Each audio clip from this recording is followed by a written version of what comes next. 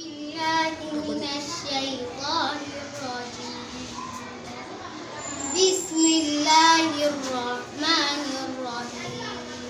وكذلك ما أرسلنا من قبلك من نذير إلا قال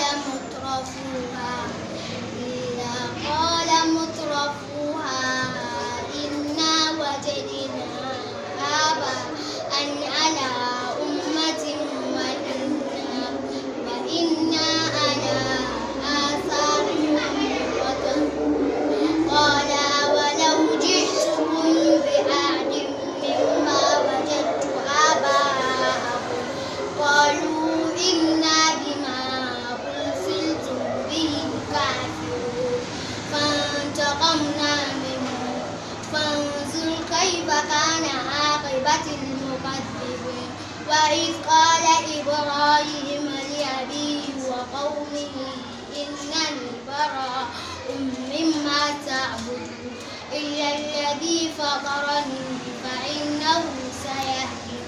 وجعلها كلمة باقية في عقبه لعلهم يرجعون. بل متعت هؤلاء وآباءهم حتى جاءهم بسلطان مبين. ولما جاءهم قالوا هذا سحر وإنا به كافرون. قالوا